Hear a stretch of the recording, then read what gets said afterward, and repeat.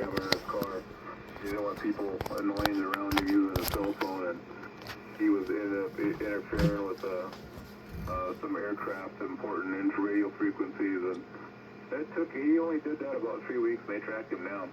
Yeah, I remember reading an article, I don't know if it's the same guy, but it was on his commute down an interstate. I'm trying to remember where, Chicago or something? Yeah, I don't remember, but he drove by an airport, and that was a fatal mistake. You know, there used to be a guy, John, at the Hamfest that sold cell phone jammers. He had several different models, but essentially the way they worked is they look like a little heat sink, like a little amplifier. They plugged into your cigarette lighter, and then they had a little clip-on antenna that you rolled your window up in, you know, like a little 2-meter, little short, little whip. And he said if you plug this in, everybody around you will immediately drop the calls. Yeah. And a couple of the guys I knew bought those, and evidently they were great fun. You know, you'd be driving down the highway, you'd see some a-hole talking on the phone driving along at 70, and you turn that thing on, and all of a sudden they're looking at the phone. Yeah, I was going to say, I think you get the opposite and consequences of what you were trying to get, because instead of people talking, they're now distracted by their phone. Yeah, they're looking at the phone wondering why and trying to redial. And this was years ago, so those probably don't work at all because it's digital now.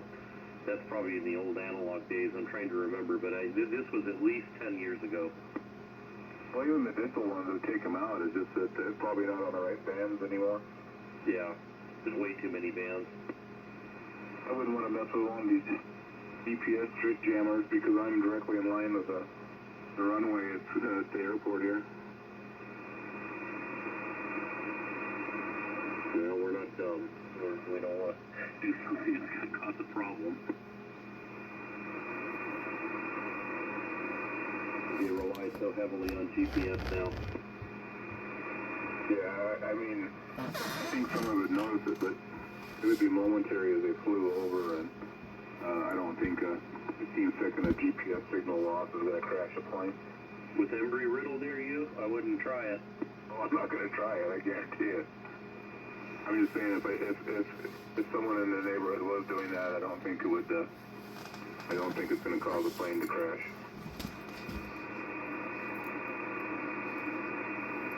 No. They might notice a glitch.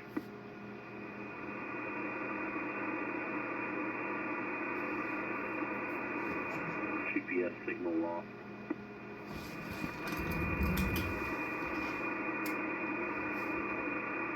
Good to me to get one just to experiment with. Out of my house. Yeah, you should. That's cool. Just like the, what was it? Was it you or Mike that had the Wi-Fi? Mike had the Wi-Fi jammer. Yeah. That was kind of neat, right? Yeah. See, years ago, we had one that was, you could do this on your phone, because, well, it depends on the model of the phone. A lot of the cell phones now have an IR output, so you can control your TV and your audio system right from your phone. So if it has that, all you have to do is just download an app. But if it doesn't have that, years ago, when we used to buy these little devices on eBay, I think they were $10 or $15.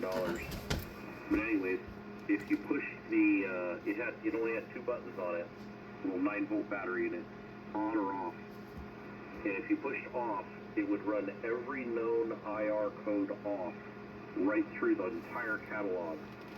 So if you were sitting at like a sports bar or a restaurant, and you pulled that out and hit that off button, every single TV would go off.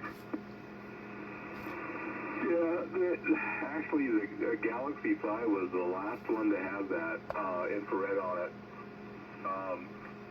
We had, when I was working, we had some devices that use infrared to adjust sensors, and I was looking into figuring out what was going on, how to do it, and it would have taken me forever and probably wouldn't have been successful, but I wanted to talk to somebody and give them to write an app that we could use our phones instead of having to buy these remotes. And then I noticed that the Galaxy 5 was the last one to have that. Okay, that was quite a while ago. Yeah, I had that one and I loved it because when I did use it in public places, I did it very discerningly. And like, you know, one time I went into Filiberto's and they had their TV on extremely loud. They could hear it in the back. And I remember I just turned it down a little bit, you know, enough so that it wasn't painful for me to listen to it. And then a couple times I turned TVs up just enough so I could actually hear it without, you know, I didn't mess with anything, so to speak. Yeah. Yeah, I remember I had one. It was an LG, though. I don't remember what model, but it had that on it. And I used to do the same thing. I got disappointed when I couldn't buy a phone with that anymore. I had to control my entire audio, TV, and everything. Got a macro in there. I could hit one button on my phone, and the entire system would turn on. Nice. And off, you know?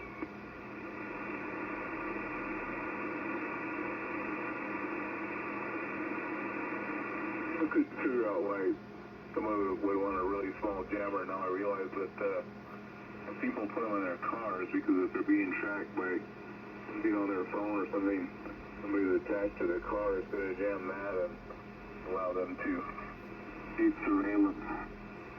Oh, okay. So if you're going to steal a car, you have one of those running. Or if you think your spouse has put a tracking on your app on your phone or put a tracking something on your car. Yeah.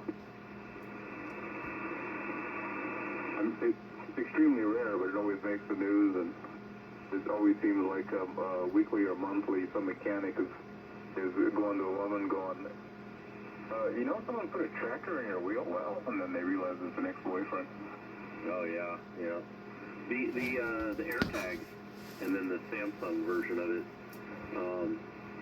They had to change those when they first came out. You could do that. You could just tape one of those under there, drop it into the car or whatever, tight it, and then nobody would know. But then there was a bunch of cases like that came out.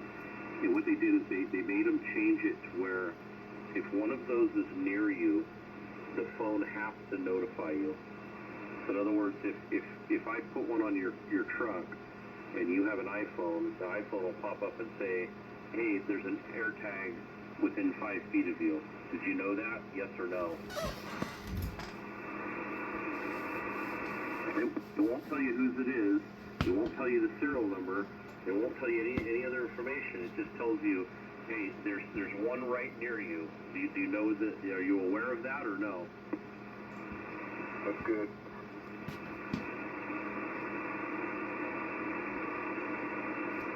Although people were checking their luggage with them. I have them in my luggage. The Apple or the Samsung version? The Samsung version. I'm just looking at them right now. I didn't know Samsung had come out with theirs. Yeah, I have them in my backpack, in my luggage.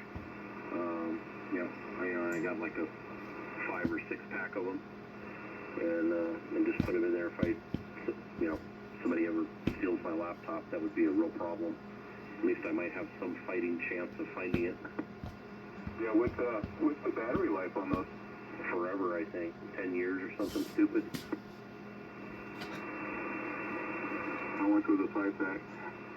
I don't remember, but it wasn't much. I got it on Amazon, and it was there the next day, and we were traveling, and I thought this is a good idea, and I bought them and programmed them all. And the one thing you can do is, within the app, you can see where any of them are, and then you can make them alarm.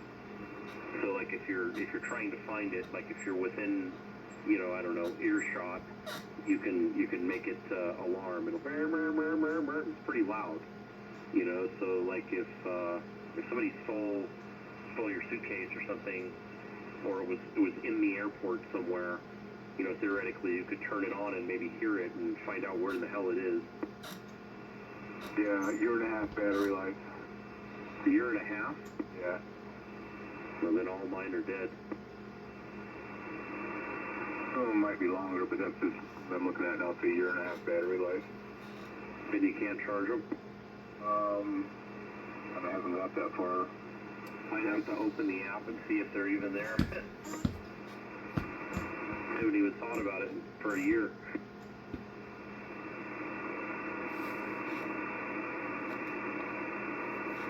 Yeah, it uses a CR battery. You gotta pop them open and put a new battery in, it looks like.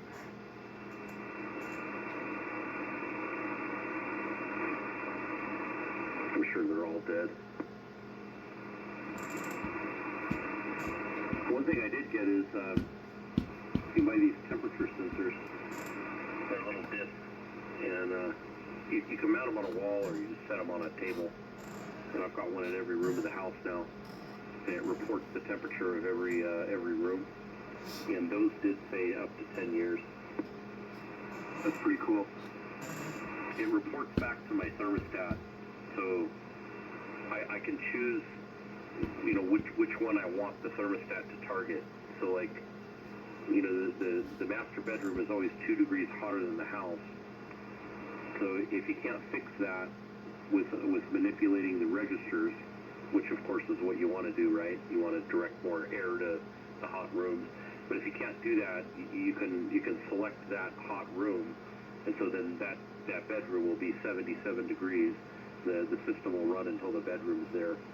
You can also just leave it up to the system, and then it will choose which one Oh my God, I'm falling asleep. that it wants to use based on a bunch of factors. Like, it knows that if you're in the room, you know, so if you're in the room with noise and whatnot, then it knows that you're in there. So there's nobody in the back room right now. You know, it's dark in there. So then it'll use the main room where we're physically at. Yeah, that's pretty cool on the intelligence side of that. Here, you were having a problem with the master bathroom. It was always cold. Well, it still is, but